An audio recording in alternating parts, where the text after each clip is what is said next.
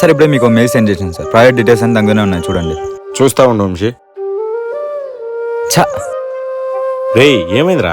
మా team manager రా రాత్రి బాగా కష్టపడి ఒక ప్రాజెక్ట్ డిజైన్ చేసినాను రా. ఇప్పుడు చూస్తే ఆ ప్రాజెక్ట్ బాగా అంటున్నారా. ఇంకో 8 hours వేరే ప్రాజెక్ట్ సబ్మిట్ చేయమంటారా, లేకపోతే జాబ్ రిజైన్ చేసి ఇవ్వమంటున్నాడు. అవునా? ఏం కాదులేరా.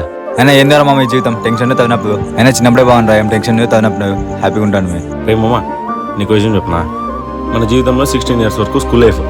ఈ స్కూల్ లైఫ్లో ఎప్పుడెప్పుడు స్కూల్ అయిపోతుందా, ఎప్పుడెప్పుడు కాలేజ్ పోదామా, ఎంజాయ్ చేద్దామా అని ఉంటుంది. తీరా కాలేజ్ ఎంటర్ అయిన తర్వాత ఎప్పుడెప్పుడు బీటెక్ చదువుదామా, ఎప్పుడెప్పుడు ఎంజాయ్ చేద్దామా అని ఉంటుంది. నువ్వు బీటెక్ జాయిన్ అయిన తర్వాత కళ్ళు మూసుకొని తెరిచే రోజులు బీటెక్ అయిపోయింటుందిరా.